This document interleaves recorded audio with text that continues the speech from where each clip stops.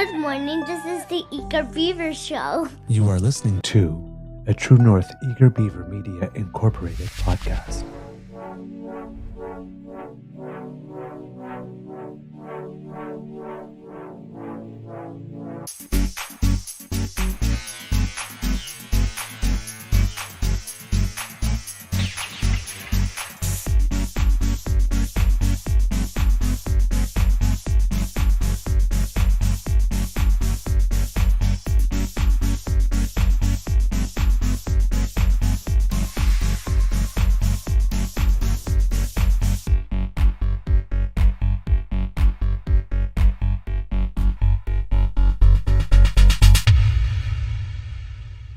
The True North Eager Beaver podcasts are proudly brought to you by our founding sponsors, the Misfit Mysteries from Corvid Moon Publishing, your source for science fiction, fantasy, and cozy mysteries featuring a broad diversity of characters, CanadianTarot.com, your uniquely Canadian online eclectic tarot community, and the Peppermaster, hot pepper sauces made from farm-fresh ingredients to thrill your taste buds and expand your mind.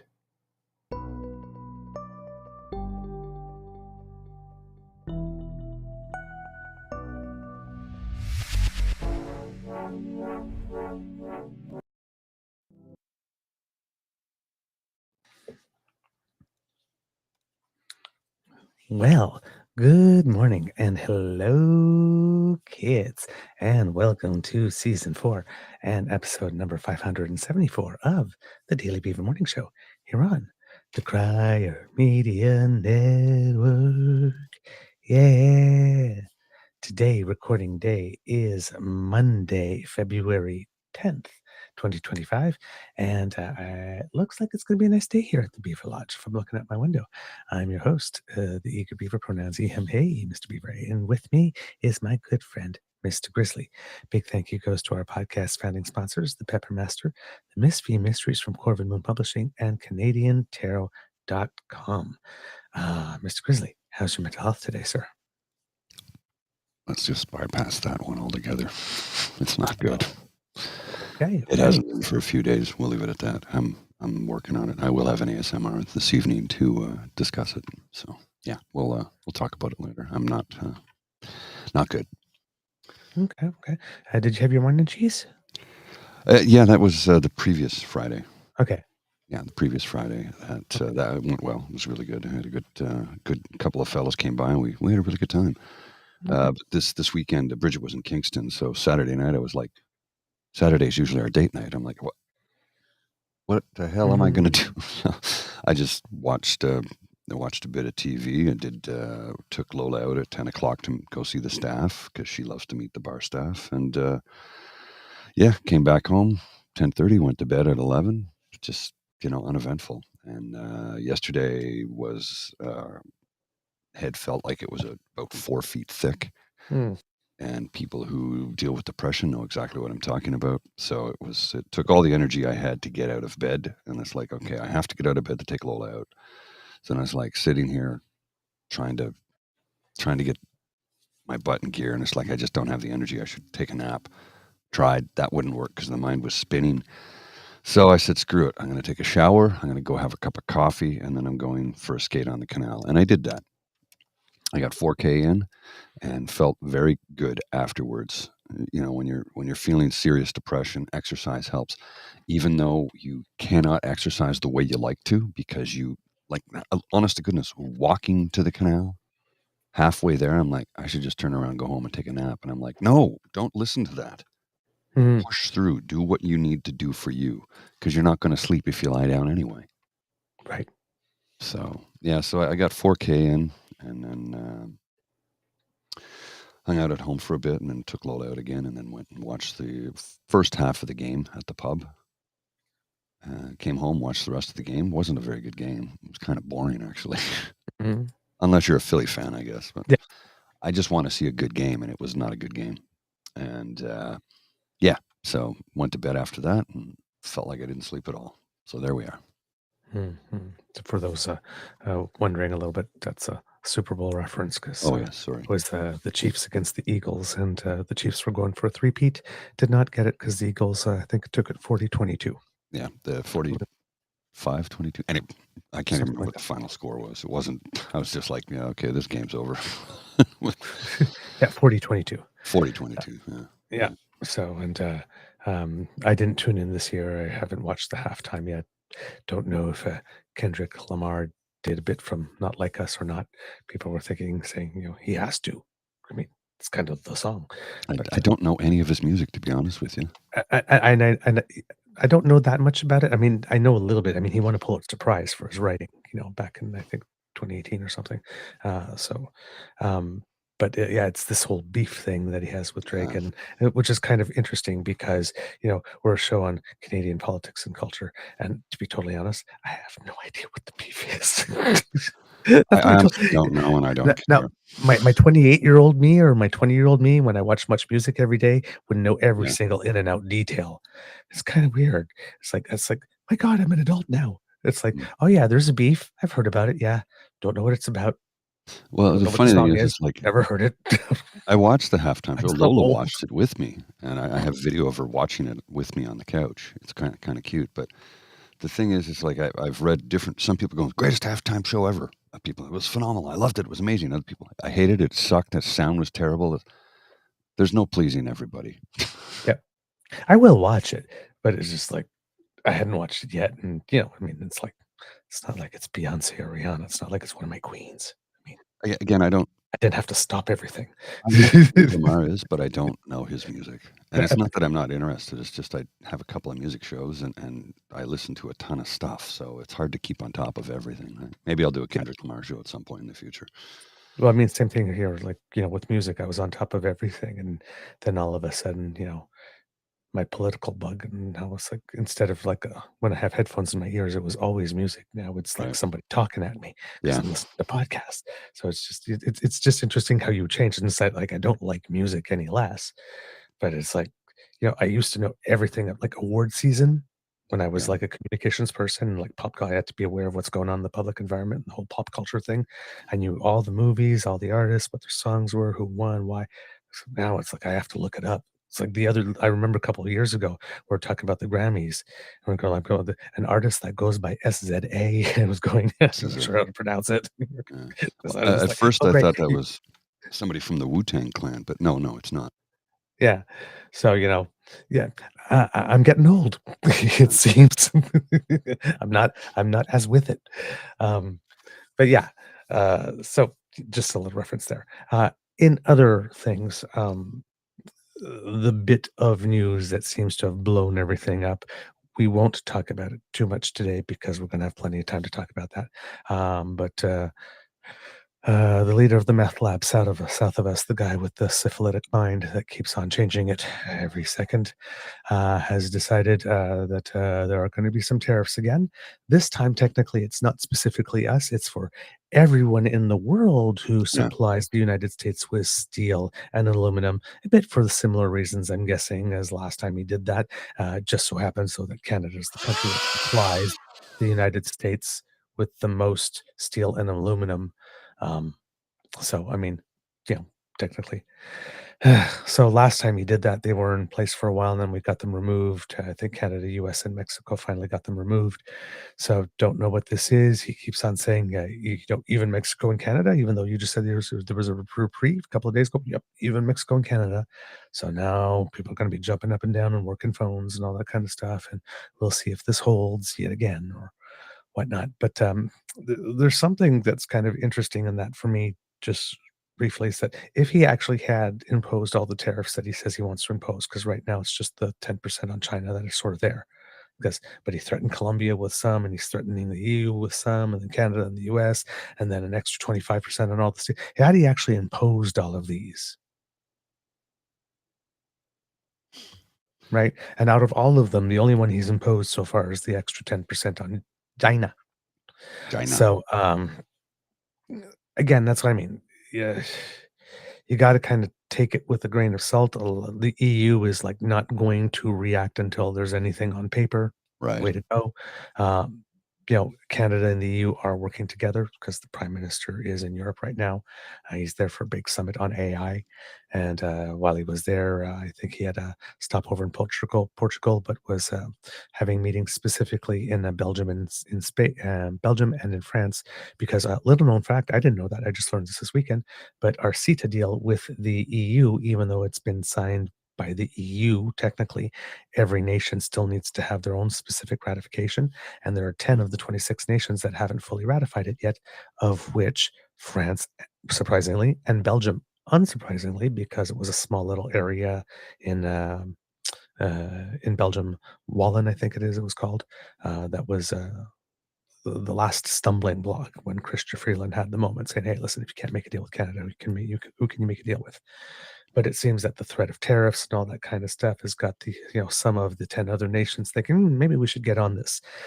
So Stéphane Dion, there's a name we haven't heard for a while, but who still is Canada's ambassador to France, Hmm.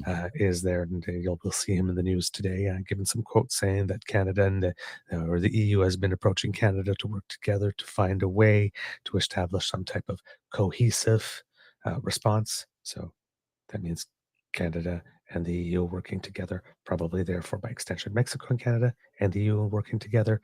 So maybe rope in Australia, New Zealand, the BRICS countries that are not Russia and China. I mean, China will be doing its own things anyway. China has restricted the exports of 5 critical minerals, in particular to the United States. So we'll see how long those 10% tariffs last, especially since they're having some meetings. But the world is kind of starting to work together a little bit. So to develop a By no response because choice.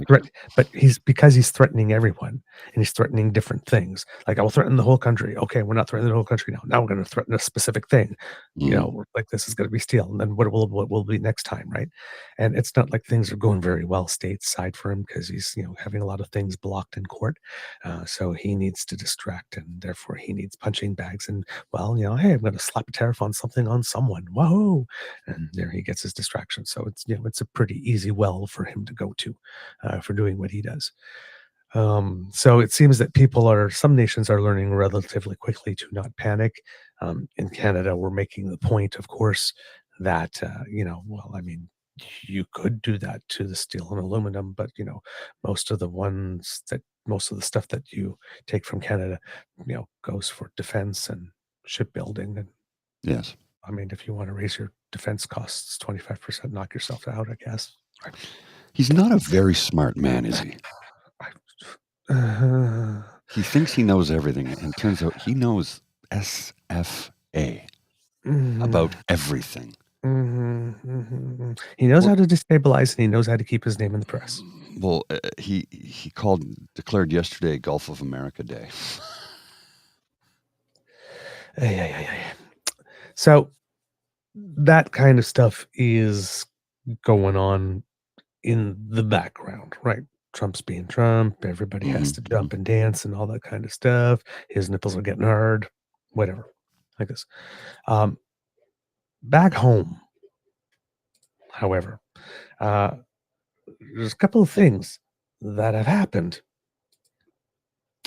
Trudeau had a hot mic moment, one Mhm. of his own, and there's the more cynical among us are wondering if that really was an oopsie moment, because as someone pointed out, and my first thought was like, really? Like, he's at this big conference and he's talking about, and he was just mic'd and he's mentioning it like this. And like, as soon as he mentions it, and basically the thing that came out is that, Trump's talk about annexation is actually serious. It's not a joke. And then the mic was cut off like soon after that. But he was saying that to a group of people somewhere, right? You really think that was not going to get out? Mhm. Oh, I Really? don't even think that was a concern, to be Yeah. honest with you. That's what I mean. It's not a concern. So it's like it's a hot mic moment in that the mic cut, but it's not a hot mic moment. Well, I mean, even Doug Ford. I mean, he was saying it with a group of people, but Yeah. maybe he felt okay that he was bragging with a bunch of insiders. He was actually at some like summit that he brought in like people from industry and whatnot all together to start laying some groundwork and getting some ideas and some input. So while Prime Minister is doing this rallying thing, bringing like communities together, because So he's talking to some people. So clearly, even there, it's not even just like the circle of insiders, right? So it's even more likely that it will get out. But making it clear that, it's like, no, this is not a joke. Like, he's serious about this kind of stuff. That changes the dynamic, though, however, hmm right? It changes the dynamic in the way that it changed the one on foreign interference when the Prime Minister stood up in the House of Commons and made some allegations that involved India. Because now, um, those of us in Canada who do not appear to be on Team Canada now know that it's not just a joke. hmm And a lot of them have been brushing it off. Well, the president has such a great sense of humor. As they go and get their hair done, check her nails. Baby, how you doing? Goes to Mar-a-Lago. By the way, allegedly, she is in Panama again. No Yes, I confirmation. heard that. But it's like, weren't you just there? Yeah. Yeah. Apparently, so we have the hot bike moment. Trudeau's, that's dealing with that. That word got out, right? Danielle is one of the few people that changes that for. Now she's having some trouble on her own with that whole Alberta Health thing. The CEO of Alberta Health was looking into contracts for hiring people in this push to privatization that the conservative movements are doing in Canada very hard and strong with regard to our healthcare. And turns out, it would seem, the allegation is that the same people from whom Danielle Smith uh, bought allegedly about $75 million worth of Tylenol and paid it all up front, by the way. hmm Uh, mhm. um, Which one of her cronies or friends or puppet masters made money on that one? and which might be similar people that were involved in that whole skybox type hmm thing. It seems that that company maybe got about at least 500 million, if not more, of contracts having to do with certain things. And it seems that it was people in Smith's office. I think, if I'm correct, if I'm understanding this correctly, the chief of staff is one of them. There are, yeah, chief of staff, um, was not only the go between to kind of make this happen, but was also sort of doing things such as to say, "Oh no, you want this much amount of money? No, no, no, no. How about this much more?" To inflate the price somehow. If I'm understanding this correctly, I'm not. There's a lot of moving pieces in there, and I haven't watched Night Pike's show completely beginning to end yet. Um, but this isn't clearly this is not good. No. Whether or not I got all those details completely right, uh, that's sort of the general thing. This is not good because Premier Media Mouth, who would attend the opening of an envelope if there was a microphone and a camera there, ran away from her own show. Her own show, Your Premiere or whatever thing that she does every week. Like, she hmm ran away from her own show. She did not have her show this week. She's not taking questions. She's nowhere to be seen in the media, and because it seems that she ran to Panama. I'm still waiting for intrepid reporters Ezra Levant and Kian Bexty to trail her plane and stalk her and shove microphones in her face as she's leaving her apartment or condo there to go out for milk, and ask her the tough, loaded questions like, "Why did you betray your country? Are you on the take? How much money did they pay you? What was your cut?" I Like mean, they seriously. do. They do. Because, corruption makes them apoplectic, allegedly. So Oh, I yeah. can't wait to see the clips from them, chasing her down the streets of Panama City. It's going to be lit, y'all, if they ever get around to doing it. So, mhm. Oh, by the way, there's also news that I think the counter signal or something like that, or whatever, the one, not the counter signal, but the one that Kian Bexty is involved with, or something like that. hmm Uh, was getting about $120,000 in contracts from the government of Alberta Mm-hmm. as well. That So seems funny, don't you think? yeah, really interesting. That would be a little weird. Well, you got to pay your propagandists. But I mean, these are the people that are talking about other people being takers and living off the teat. Okay. And they're objective Hot meat reporters kettle. that are getting fun. Okay. Anyway, very confusing. But she ran away from her own show. She's still on social media taking swings, though, which, there's a meme going around pushing a new word called arrogant, which is a combination of arrogance and ignorant.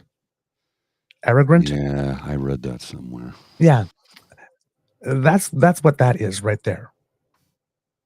It's like you screwed up that so bad that you are allegedly in Panama. Again, ran away from your own show, not taking any questions, but you still feel you have the luxury to go on social media and take swipes at your political enemies. You've got people talking RCMP investigations and you need to resign or step aside, and you're hiding from the media. You know you did something wrong enough that you need to hide from the media and hide from your own show and say you're not going to pop up until February 15th. That's a long time to prepare a response to, did you know and did you do it?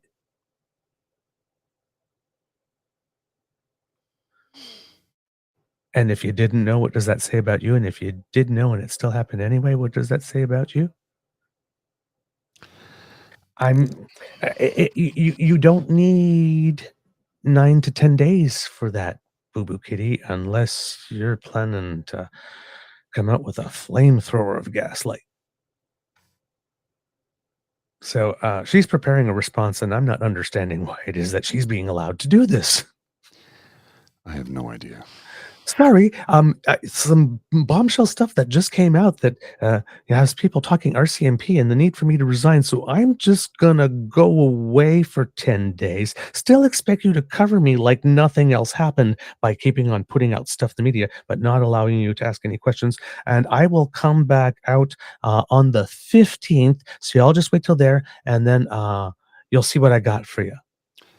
Well, so, no. You get yourself to a camera now.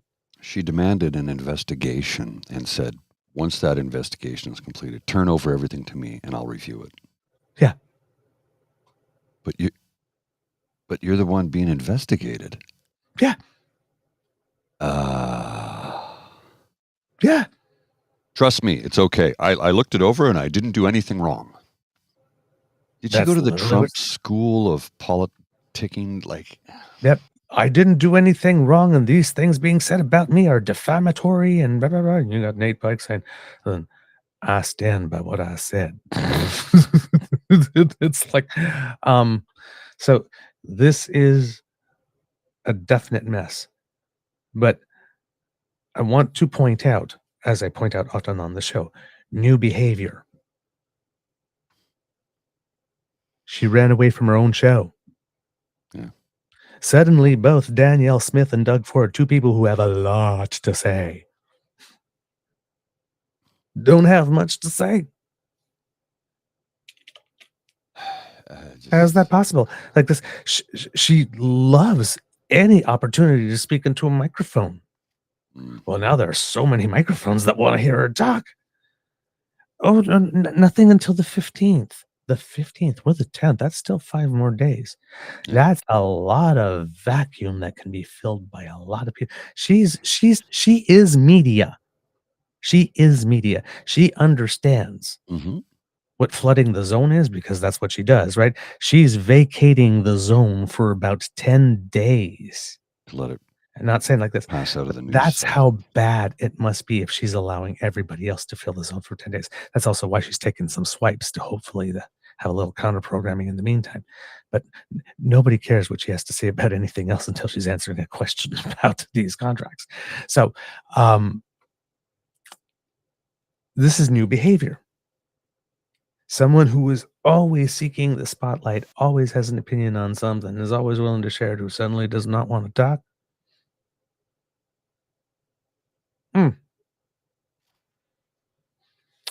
Okay. So unless somebody tracks her down somewhere and asks her, she's basically out of reach until she decides that she's going to talk at us again. And Mhm. we get to, it's going to be story time with Auntie Danielle. So what fabulous tales of how it's not my fault. Wonder how she's going to find a way to blame Justin Trudeau for what her chief of staff did, allegedly. God. These people. Yeah. So we got all this stuff going on. We got Danielle Ford's got his own stuff going on. We'll get into him tomorrow because tomorrow, by the way, programming note, Mr. Grizzly, who do we have joining us? Our good friend, a special guest, Super Kyle, will be with us tomorrow morning to talk about Doug Ford and some of the things that Doug Ford says about people who are on ODSP, We amongst won't. other things. Yes, we won't go back. So we'll save that stuff for tomorrow. Yeah, but Doug Ford. Let's just put it this way: if the people have been asking, "What the real Doug Fordy? Please stand up." The real Doug Fordy has showed up to the party. Yeah. And he's not only wearing a red hat, he's wearing a red blazer, red pants, and red sneaker, and red socks, and red underwear. We He is have to destroy this all man in the in next for election, two. folks. Everybody, encourage everyone you know to get out and vote in the upcoming Ontario election. Woo. He has come in. He has come out. He has shed Captain Canada, Yeah. just rolled him in a ditch, and left him there. Like I said, has come out full in. Well, Full in. his Amazing. statement. I got to show this clip because it's just. Well, no, we want to save it for tomorrow. Yeah, okay. We'll save it for Yeah, tomorrow. save it for tomorrow. Now, there he goes. Yes, I sorry, I mistakenly said that's about the steel exports was 60%. No, it's 90% of Canadian steel exports go to the United States, Yes. and we export about the trade is about $20 billion annually. Well, remember that's not 90% of our steel. That's 90% of our exports. Of our exports, yes, not 90% of our production. Hey, if 90% of our exports go to the United States, and I'm sure the United States is not the only country that needs steel. Yeah. Maybe while the prime minister is in France and Belgium and a couple other places, Well, maybe he'll sure, strike a contract or two for some steel. Since that's okay. We've already diverted 15% of that 90%. Yeah. And good luck getting that back. Yeah. Once you decide you come to your senses, because that's well, gone now. We just signed a 10-year contract. somebody put something in the comments earlier about once he starts affecting the bottom line of some wealthy oligarch, and they have them in America, believe it or not, Trump may find himself too close to a window. It's happened before. You piss off the wrong wealthy person, and I think he's doing a lot of that right now. Yeah, indeed. Now, the thing with what Trump is doing, you have to understand, is that whether he imposes the tariff or not, and Bob Fife pointed this out in conversation, and he's not the only one, but that's pointed out. But I noted it when he did, is that how would he put it? The threat of a tariff is sometimes just as bad as the tariff itself, because the business world likes predictability and certainty. Mm-hmm. So when he comes up in the election campaign and says, there might be tariffs, 25% tariffs. So, that's sometime in September and October, then November, then the whole lame duck period, then January, then February. Oh, the tariffs are coming. Oh, don't know when exactly. Oh, they're coming March 1st. Oh, right before March 1st. Oh, no. Or sorry, February 1st. No. Now March 4th. And there'll be another set of tariffs, maybe in April. And oops, here's a little surprise steel tariffs. That affects people's willingness to invest. Right? So him keep on hanging the sword over our head and say, okay, well, not this month, but maybe again in 3 months. has the same deterrence effect in the long run as having actually imposed the tariff. So while it's good that we can get them waived or whatnot, Mm-hmm. because they would just be a double impact at that time, we're still getting hit in some way. He's still fucking with us and fucking with our money, Oh yeah. whether he imposes them or not, just by threatening them. And the on and off thing makes it even worse. It just adds to the instability and the unpredictability, which makes it even less likely. But as we're going into the election, right, the affordability issue is still there, but the affordability issue changes because now it's no longer the carbon tax or inflation or interest rates, but the potential of 25% tariff on everything. So if you were looking, well, what's the best way to make sure that we're affordable? Because, well, now it's not doing anything with the central bank or anything like that. It's making sure that we kind of counter Trump or counter the tariffs. So the whole dynamic has changed, and the other parties are not ready for that. The Liberal Party, however, has, well, seen this rodeo before. So that changes some things. We have an announcement as well that Pierre Poilievre is going to announce a big rebranding because it's been well over 3 weeks. It's about 3 weeks now since Trump has started his presidency, and the Conservatives finally think they have their pivot, their big pivot. Now, you remember that thing we talked about, the good folks from 22 Minutes a couple of days ago had that little skit, said, oh, Pierre Poilievre finally reveals some policy, and it's Donald Trump's. Well, you know what the big rally is called? Canada First. He had 3 weeks, and he's rebranding yet again, because since the convoy, including the convoy, how many rebrandings and makeovers has this guy had so far? You know it's going well when. How many flip-flops has he made, though, on so many different subjects? It's like, close the borders, open the borders, put guards at the borders, vaccinate everybody, don't vaccinate everybody. I'm gonna ban all vaccines. Just I know. So, just but yeah, pick a lane and stick in it, man. 3 weeks. The Prime Minister decided he's got to step aside, and Trump started musing aloud about economic annexation by economic force, and the best he could come up with is Canada First. He's holding a big Canada First rally and asking a whole bunch of people to come down. They're even, hey, because they got more money than God, they're even hiring buses to bus people in and be asking people to wear red and white so they can make a big medium. So, yeah, okay, that's nice. But we're getting showmanship. We're getting showmanship.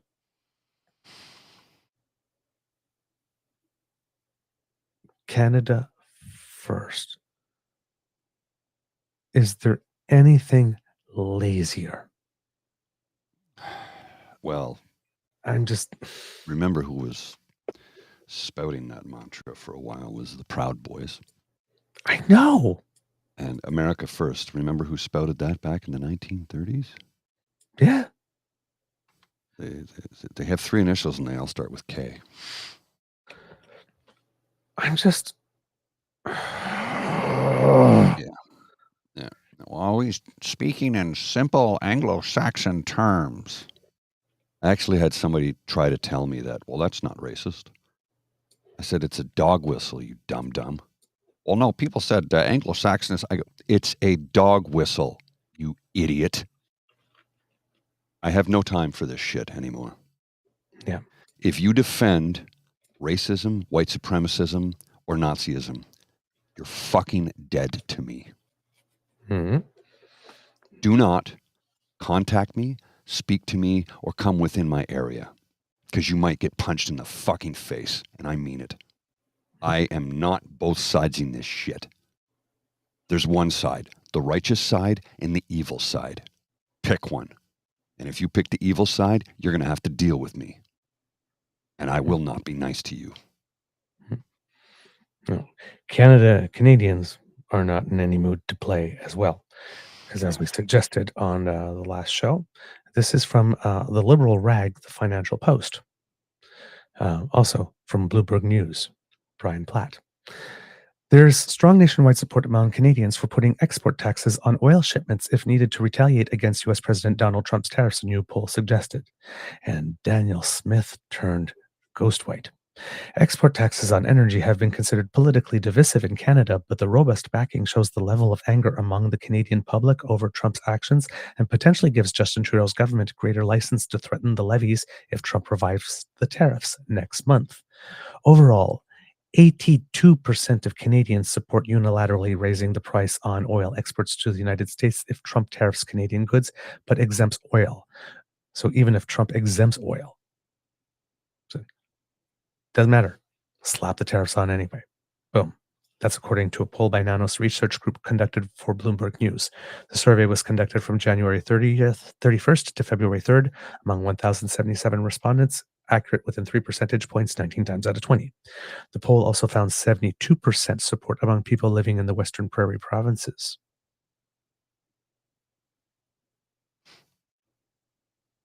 Albertans are not behind Danielle on this one. And I'm sure Big they're going to be surprise even there, less yeah. behind her now that they know about the AHS stuff, because last I checked, Albertans, as much as some of us in the East don't understand them, the one thing we do know to be true about Albertans is they do not like their government screwing with their money.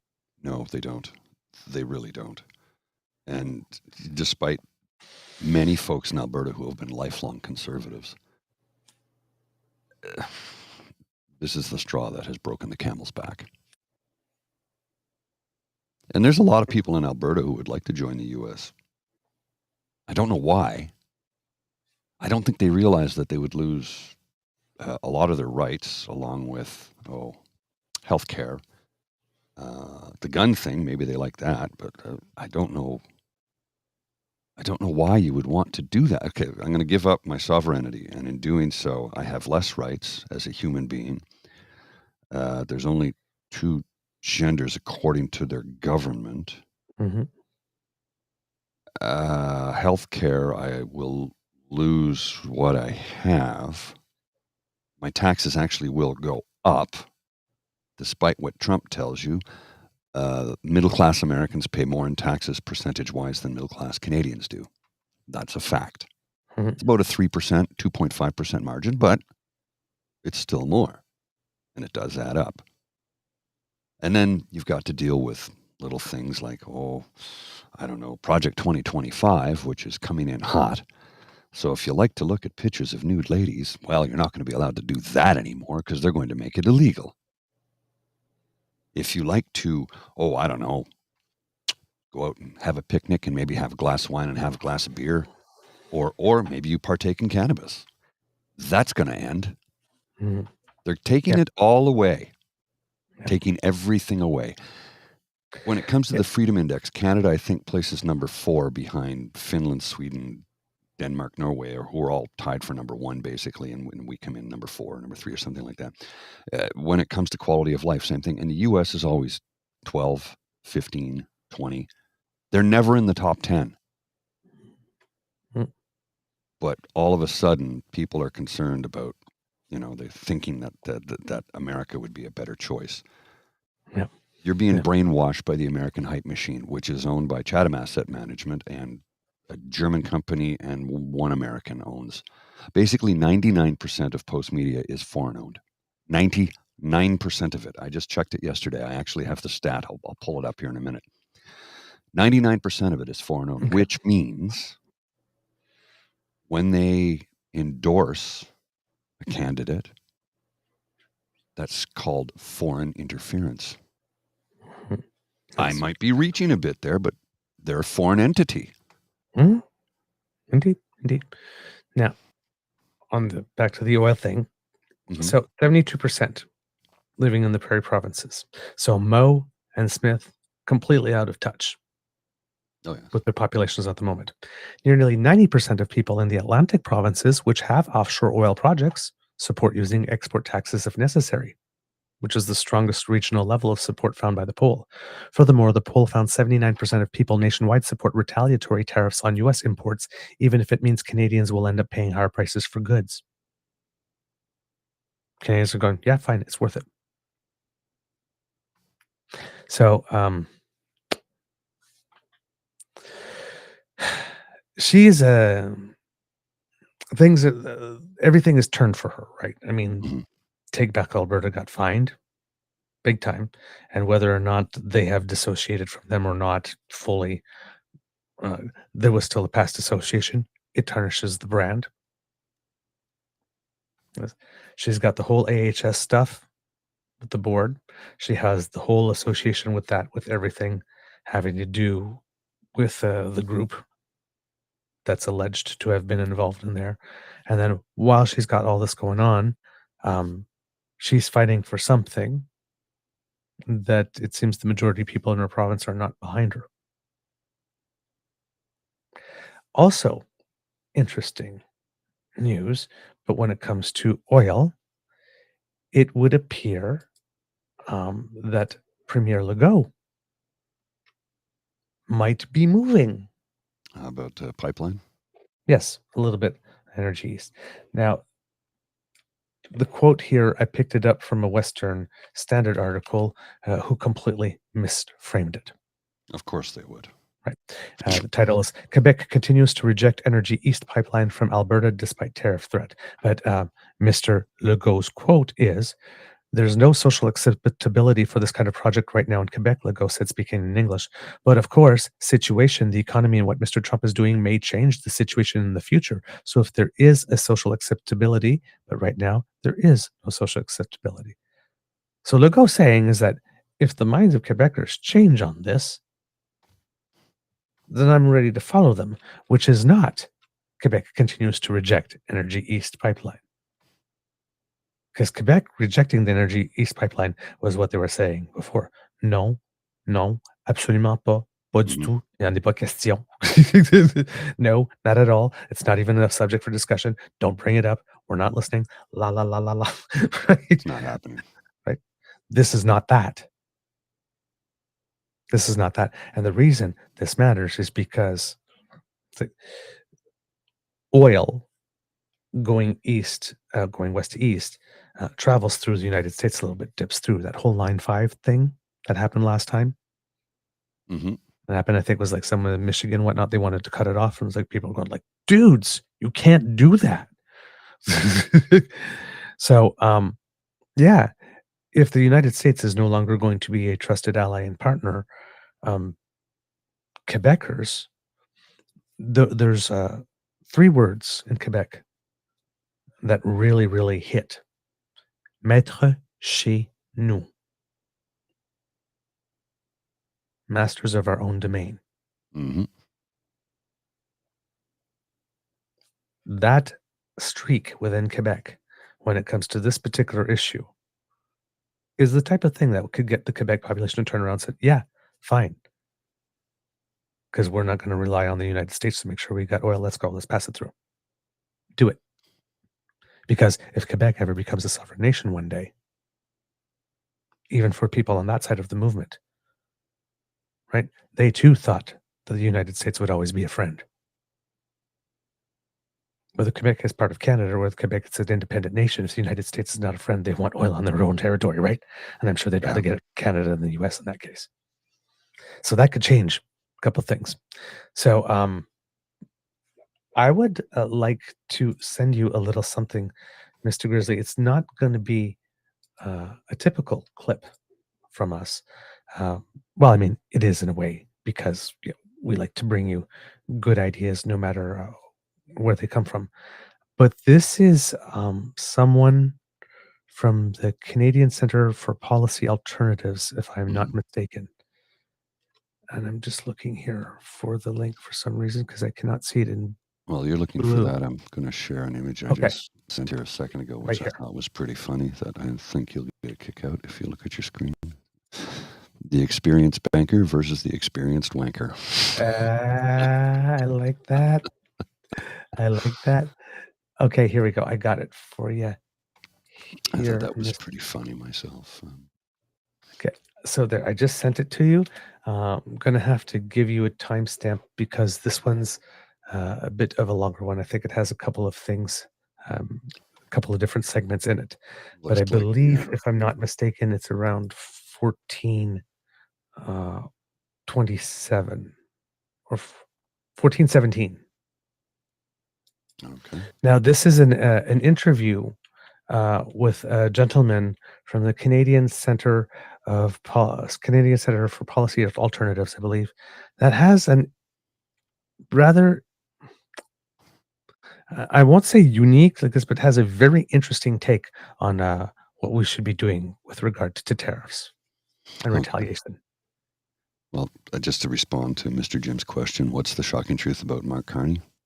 Turns out he's the best alternative, or the best choice for the next prime minister and liberal leader to take on Donald Trump. Yes, polling has revealed. I had the data here for you. So play the clip and then I'll bring it to you. Yeah, okay. I think it's a 2% lead, but let's have a look. Oh, there we go. Quickly. Nanos asked who's best qualified to deal with Donald Trump. Almost 40% say Mark Carney, 26 say PP, and 12.5 say Freeland. There you go. When U.S. President Donald Trump started threatening to impose tariffs, a lot of Canadians thought it was all part of his art of the deal negotiating tactics. But as those threats become more real, many of us want Canada to punch back hard and go beyond counter tariffs. And one of those people is Hadrian Mertens-Kirkwood, a senior researcher at the Canadian Centre for Policy Alternatives. He recently co-authored an article called "A Dozen Radical Responses to Trump's Economic Warfare That Go Beyond Canadian Counter Tariffs." Among his suggestions are imposing an energy export tax of 15%, repatriating U.S.-owned assets, especially in the resource sector, and targeting so-called oligarchs and Trump enablers, and strengthening domestic media and cultural industries. Hello. And joining me now, Hadrian Mertens-Kirkwood is joining us from Ottawa. Hadrian, thank you so much for taking the time. Well, thanks for having me.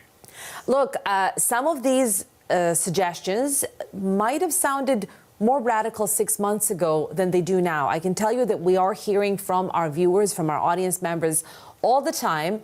And some of them have come up with exact same things that you have come up with based on your research. Let's start with suggestions of imposing an export tax on energy products of at least 15%. That's one of the ideas that have been discussed. But then you go on to suggest repatriating U.S. assets, kind of like Cuba did after its revolution. That's pretty strong stuff. Do you think that we've come to a point where we need these kinds of responses? Yeah, it's hard to know, and you're right. It does sound extreme, and I think a year ago this wouldn't be on the table. And the circumstances now mean that we need to have these options on the table. It doesn't mean we do it tomorrow, but we need the U.S. to know that we're not joking around, and these threats of annexation need to be taken seriously. So, it's hard to know, as you say, whether this threat of tariffs, is that just a negotiating tactic, or is this kind of step one towards annexation? If it's the latter, we need to be ready with everything possible. And one of those options would be taking over control of U.S. companies and assets in Canada. It is extreme, but it may be necessary. You can't really allow U.S. businesses to operate here like everything is normal when these are clearly not normal times. It's so interesting. I mean, you mentioned, of course, the threat of annexation, something that Donald Trump had repeated again in a Fox interview that just aired in the last 24 hours. So certainly this is something that he is doubling down on, and not just something that he mentioned once. Let's talk about the tariffs. I mean, Mexico and Canada have this 30-day reprieve from the proposed tariffs. Does that reprieve make you want to reconsider some of your suggestions? Or do you buy the argument that Trump is just using his out-of-the-deal business negotiating skills here? It's really hard to try and get into Trump's head. I think all of us have tried and failed at some point. A 30-day delay, I don't think it really changes the equation much. I mean, he might delay it another 30 days. He might delay it 6 months. But the fact is, these tariffs are hanging over our heads, and they will as long as Trump's in power, maybe beyond. And maybe that's just part of the U.S. political, geopolitical toolbox now is just threatening tariffs at any turn. So we need to take this seriously, whether or not these tariffs are imposed in a month or not. This is just the new reality that we can't really count on the U.S. as a trading partner in the way that we did, or we have for nearly a century. You mentioned one of the other proposals are price controls on certain essentials. What would that accomplish? And is there a fear here that it would sound a little bit like rationing after the Second World War, where a family is entitled to an X number of eggs and a small chunk of butter every 2 weeks or so? Why do you think that this would be a good idea? Yeah, so this would be one of a number of measures, and this one is less about hurting the U.S. and more just protecting Canadian households. So the thing about a trade war, which no one wins a trade war, and if we're in a situation where Canada is putting tariffs on U.S. goods to fight back against U.S. tariffs on Canadian goods, that could drive up the cost of living for Canadian families. It would be inflationary. And so there's a risk that in this trade war, all of a sudden, all kinds of essentials, including food, would get a lot more expensive. So we propose, it may be necessary. Again, none of this is set in stone, but it may be necessary to put in place price controls on some essential foods to make sure that they don't get really expensive all of a sudden. It's not necessarily a long-term solution, but it's just we need to be prepared because we don't really know how things are going to shake out. So that's one of the options on the table to make sure that Canadian households, aren't facing the brunt of the costs of this kind of trade war. Another suggestion that you put forward is to target the people that you call the oligarchs and enablers that are cheering Trump on and enabling him to do all this stuff. I mean, people who have seen the inauguration, it was very easy to see, obviously, Elon Musk, a huge presence in the Trump administration, but also Mark Zuckerberg, Jeff Bezos, people who control huge parts of media, social media. Do you think it would work, or would it just be symbolic? And first of all, would you get buy-in from Canadian people? I think actually you'd get a lot more buy-in from Canadians for targeting oligarchs than you would for counter tariffs. As we were just discussing, you put counter tariffs on U.S. goods, and that just makes things more expensive. When we buy American goods, they get more expensive if there are tariffs. If, on the other hand, you say we're just going to directly target and sanction people close to Trump, you could freeze the assets or prevent them doing business in Canada. That would include things like, Musk owns X, the social media company, Starlink, the satellite company, Tesla, the electric vehicle company. You can put sanctions or controls or any. There's all kinds of different measures on the table that would target Musk directly, target these other billionaires directly, hit them personally, their wealth, their assets, and make them rethink it in a way that, if American consumers in the Midwest have to pay more for gas, I don't know that Trump and his billionaire friends care about that in the same way that they would care about their own assets. And to be clear, there's a lot of precedence for this. As soon as, Russia invaded Ukraine, Canada and many other countries put sanctions on Russian oligarchs saying, your wealth is frozen here. So this is an option for Canada. I mean, just to push back a bit, of course, most Canadians would be hard-pressed to identify who the Russian oligarchs are in this country or what their product is, whereas so many Canadians love being on Meta, ordering products from Amazon. We also do know that the federal government has actually tried to limit, for example, the access that Meta has to Canadian news.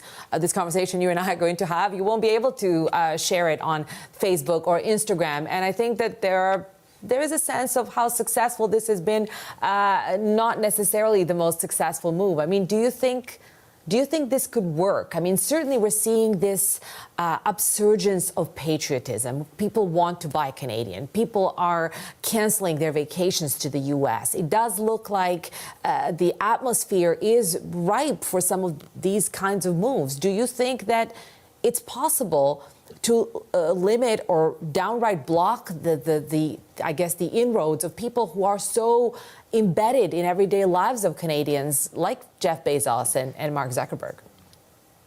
I think that's a great point. Absolutely, there would be costs to Canadians, and we shouldn't, take it lightly. I think what's important to keep in mind here is that, all the things we're talking about right now, these are reactions to the U.S., basically to tell the U.S. administration that we're not going to roll over in the face of these threats. And these kinds of reactions, for the most part, would only be necessary as long as the U.S. threat was there. If the U.S. does not follow through on its tariff threats, we wouldn't necessarily have to follow through on these kinds of sanctions. So it's not that this would necessarily be forever. And I think a lot of Canadians would be on board with making some sacrifices in the short term to show the U.S. that we're serious about this trade war. As they like to say, desperate times, desperate measures, right? At least to talk about them, as you pointed out. By the way, we were just talking about that summit on Canada-U.S. relations where the Prime Minister was talking to business leaders and obviously political leaders as well. I mean, when you're hearing some of the policy alternatives being discussed there, do you feel like they go far enough? I mean, for example, removing interprovincial trade barriers. Yeah, I'm unfortunately a little skeptical about some of the measures on the table. I mean, interprovincial trade barriers are kind of held up as this panacea, but I think the numbers there are pretty inflated. When you ask, what are the actual trade barriers people are concerned about, it's actually kind of hard to find some besides some like trucking regulations. I'm not sure that, we can really all of a sudden create this big boon to the Canadian economy. I'm also concerned about suggestions that like an east-west pipeline would help us in any way. That's not going to be a short-term solution. And in the long term, it just makes us, more dependent on a very volatile resource. So there are other options, but right now, I don't think we're thinking big enough. Hadrian, thank you so much for bringing up some of those big thoughts. Definitely we live in unprecedented times, and some of this out-of-the-box thinking is, as you said, at least something that people can discuss. Thank you.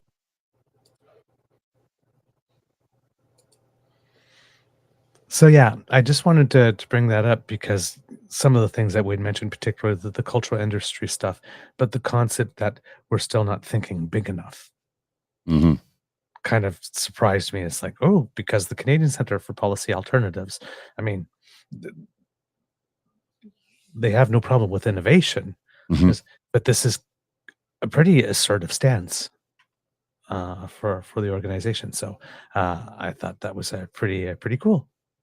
Like that's some extra avenues to think, right? Like interesting commentary. If governments are not talking about these aspects, like I've not heard any politician talk about changing our media ownership laws yet. Why not? Right? Kids and Cubs, I have to go, unfortunately, because it is early morning curling. So I will hand over the show to Mr. Grizzly to close it off. But thank you so much for joining me. And please do join us tomorrow because we have Super Kyle. It's going to be a lot of fun. All right? All right, sir. Have fun. Kick some butt out there, and I'll see you tomorrow. All right. Bye, everyone. So interesting commentary what that Hadrian had to say. I'm going to see if I can reach out and get in touch with him. Maybe we can get him on the show and we can go a little bit further into what he has to say. And of course, we have much more time to do it. So I think that could be interesting if we can get him in to comment on it. But I did want to share an image somebody just sent to me. Who sent it to me again? Just a second. I like to give credit. This is from Tim McCaffrey, actually. Thanks, Tim. This is an interesting, obviously it's an AI, but it's an accurate one.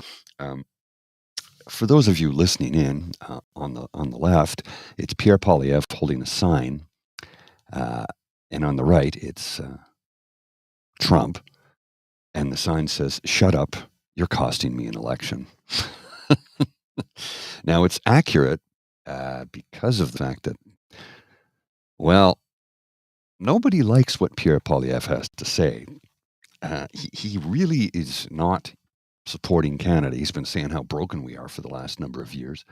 And now all of a sudden he wants to look like he's a proud Canadian, but he doesn't really support Team Canada. He never has. All he ever does is try and win the moment for himself so he can seek and cede power and turn us into the 51st state. I know he likes to say that he'll fight for Canada, but I really have a hard time believing that because all he continues to do is try and Americanize everything we have. He voted against $10 a day daycare. He voted against dental care. He voted against pharmacare. He voted against a school lunch program, which, by the way, is an American thing. We didn't have that in Canada. But he voted against it. So please tell me how this man could do anything that would benefit the average Canadian. I'll give you a tax cut. He's just going to cut services that we need. That's it. That's the tax cut. Congratulations, you have no more healthcare coverage. Now you pay out of your own pocket. Dental care, pharmacare, child care, the child tax benefit. All of these programs will be cut under a Pierre Poilievre Trump government. And I put them together because why not? He's saying the Carney Trudeau Liberals, let's call it the Poilievre Trump government. The Poilievre Trump Conservatives. Feel free to use that because you damn well know he's going to go right down that pathway. He doesn't give a damn about this country. All he cares about is money and power. And he will do whatever Daddy Stephen Harper tells him to. You need to remember that Stephen Harper said, you can't recognize Canada when I'm done with it. It's because he wanted to turn us into the United States. Except now he's looking more like Captain Canada than Pierre Poilievre is. So go figure that one out if you can. I don't know. We're in a very, very bizarre time.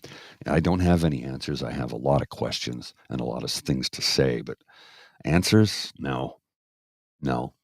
I think Mark Carney is the right choice to become the next Liberal leader and assume the position of Prime Minister, especially while Donald Trump is doing what he's doing. Back in December, I had suggested to some people that Trudeau prorogue Parliament. And they said, really? I go, yeah, I think he should prorogue Parliament because I have a feeling that he probably may step down. And if he prorogues Parliament, that gives the chance for the House well, the House isn't sitting, of course, but that gives a chance for the government to stay intact while they elect a new leader. This is before Carney declared his candidacy and before we knew it was going to be a thing. But it's interesting times we're living in. And I think Mark Carney is the right person at the right time. I believe that Karina Gould is the future of the Liberal Party, and I think she will be Prime Minister one day, and I think she'll make a damn good PM. But I think right now we need an old white man to steady the ship because we have a raving lunatic running the country just south of us, the most powerful nation on earth. And no, I will never refer to him as the leader of the free world because he isn't. He isn't. He never has been, and he never will be. He's the President of the United States of America. That's it. That's all. We are our own sovereign nation, sovereign independent nation, and we will fight back. We'll start with trade wars. Let's hope it doesn't escalate beyond that. And I think that's where I shall wrap it up because there are a million other things I want to talk about, but I'm gonna save them for the next few days this week. I do want to show you the one clip that I have saved here of Trump talking about, well, the reporter asked him a questions and wait till you hear his response because this is just something else. You said you didn't honor first responders today, but you pardoned hundreds of people who assaulted first responders. Why did you do that? You were going to meet with first responders today, but you pardoned people who assaulted first responders. No, I pardoned people that were assaulted themselves. They were assaulted by our government. I pardoned J6 people who were assaulted by our government. That's who assaulted, and they were treated unfairly. There's never been a group of people in this country, outside of maybe one instance that I can think of, but I won't get into it, that were treated more horribly than the people of J6. So, no, I didn't assault. They didn't assault. They were assaulted. And what I did was a great thing for humanity. They were treated very, very...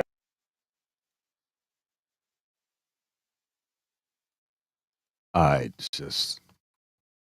did a great thing for humanity. I just don't know. How do we deal with this lunatic? Somebody who has a lot of mental health issues, that guy is crazy. He's out of his mind. Out of his mind. He's convinced he's right about everything and everybody else is wrong. He cares nothing about anybody but himself. Exactly, Jen. From the party of law and order. He pardoned criminals who assaulted first responders, police officers, first responders. This man, I just don't know what to say some days. Well, actually, I do know what to say, but I'm choosing my words very carefully right now because I don't need to get into trouble and let my anger take over and say things that I cannot take back. But I think you might know what I'm thinking. Didn't say it. Haven't written it. Didn't say it. No record of it. But I am allowed to think about it, right? Thanks for joining us today, folks. We really do appreciate you coming out each and every morning as you join us on the True North Eager Beaver Morning Show, the Daily Beaver Morning Show. We have been here we're approaching year 5. Year 5 starts in April, and our growth has been phenomenal as of late. And we really do appreciate each and every one of you for tuning in on the daily. And if you can, you can check us out at our pod page at podpage.com. I'll put the link across the bottom of the screen here. It's the podpage.com, the True North Eager Beaver with a hyphen between each word. Or if you scan the QR code, as you can see on the screen just below my mic, it's going to take you right to our pod page. Now, pod page is a little behind right now. I am working on getting it updated. I figured out what the tech issue was. I have a solution. It's just not an easy one. It's going to take me a while to make it fix, but I will get to work on it today. But I want to say thanks to the Ray Girl for sponsoring our pod page. She has done this for 2 years in a row.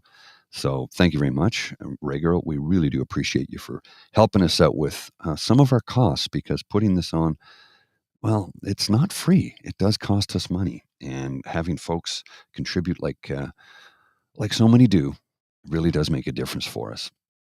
And if you want to give us a little bit more money, if you want to help us out, you can go to ko-fi.com/eagerbeaver, where you can donate to us directly there, or you can donate in the chat, or you can even, if you choose, and this is usually the best way, is to just send us money via email. You can e-transfer money at truenortheagerbeaver@gmail.com.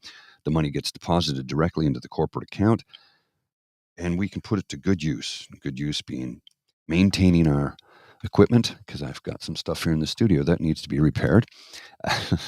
Buying new computer gear, which we've got one piece. Well, 2 pieces have been purchased. The other piece just needs to be installed, and it's coming soon, because Mr. Beaver's been operating off his phone for the last little while, and it's been going quite well. And you can run a green screen on your phone. You actually can. However, it really does chew through the resources, so it's best that he doesn't do that for the time being. But we will have him up sometime soon with the new computer, which will give him a whole bunch more freedom. And we thank you for your generous donations. Your generosity has enabled us to be able to purchase new computer equipment, and that really helps. Now, I do have some lights. I got a light over here that's dead. I can't fix it. It's at the end of its service life. I need to purchase a new one. So those costs are incurred. And right now, I don't have any money coming in. So anything you can spare, we really do help. But more than anything else, we really appreciate your time and your attention. And if you are able to like, share, and subscribe, we really do appreciate that too. Our title sponsors, of course, the Mysteries from Corvid Moon Publishing, CanadianTarot.com, and the Peppermaster, the folks who have been with us since the very beginning. And we appreciate everything they do for us as well. So, as Mr. Beaver always says, be kind to and gentle with yourself. And I'm going to try and practice that today, because the old mental health has not been great for me. And I will be up this evening. I'll just put it on the link here. If you want to scan that QR code, that'll take you to my ASMR YouTube channel. I will be doing a show around 9 p.m. I have quite a few things to discuss. But what's going on with me, and how we can maybe collectively together we can figure out some things to make our lives a little bit easier. I hope to see as many people there tonight as possible. So sometime around 9 p.m. Eastern Standard Time. We're switching over to Eastern Daylight Time in just a few weeks, which means the sun will set a little bit later, which will be nice, although it'll still be a little bit dark in the morning. But so what? There are worse things. I'll just bring up the feed right now. You can see it's clear skies and sunny here in beautiful downtown Ottawa, which means that it is probably very, very cold, because that's usually the case. According to the Canada weather, it is -13, feels like -18. So yeah, that tracks. That tracks. All right. Thanks again, folks. I appreciate you coming out. And words of wisdom. literally today, or just be kind to and gentle with yourself, because I need to do that for my own mental well-being. All right, we'll see you tomorrow. You are listening to a True North Eager Beaver Media Incorporated podcast. The True North Eager Beaver podcasts are proudly brought to you by our founding sponsors, the Misfit Mysteries from Corvid Moon Publishing, your source for science fiction, fantasy, and cozy mysteries featuring a broad diversity of characters. CanadianTarot.com, their uniquely Canadian online eclectic tarot community, and the Peppermaster, hot pepper sauces made from farm-fresh ingredients to thrill your taste buds and expand your mind. We are grateful to the Crier Media Network for its support, Pete Jarvis for our artwork, and Paul Joseph Something for our opening and closing sequence music.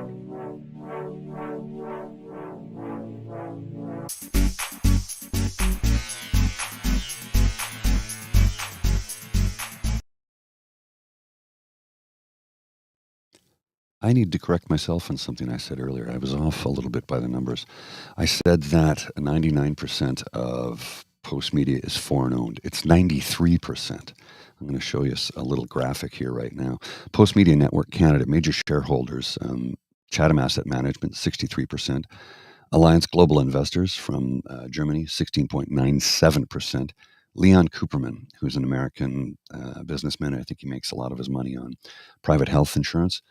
Canso Investments has not even a percentage point. 3 Canadian companies have less than a percentage point. Russell Investments has 0.0393. Leonard Sharp has 0.001. And these other folks, I don't know who they are, but apparently they have minor shares in the company. So 6% of the company is, there you go, unknown. So institutional 85%, 80.5%, I should say, individuals 13.26, and unknown 6.26. That's based on the 1,000 largest holdings. Geographical origin of shareholders, US, Germany, and then individuals. And of course, the individuals are mostly Americans. So there you go. There you go. Canada, 0.3%, 0.37%. So less than half a percentage point is Canadian owned of the largest daily newspaper publications across the country. They are coast to coast because they just bought up Saltwire, so they own everything in Atlantic Canada now. Thanks, Stephen Harper. Thanks a lot. Thanks for nothing.